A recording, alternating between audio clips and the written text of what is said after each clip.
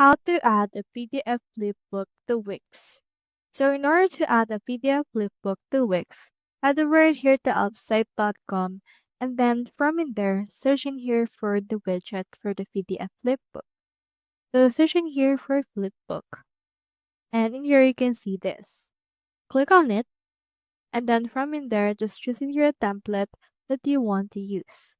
For example, right here, I'll choosing here this business proposal and click onto this continue with this template. Now you have the option to upload PDF or add PDF by link. For this case, I'll head over and upload in here a PDF. So now I have uploaded right here the PDF. Click on this publish option in order to publish this. And then close this. And then from in there, click onto this install option. Copy the code.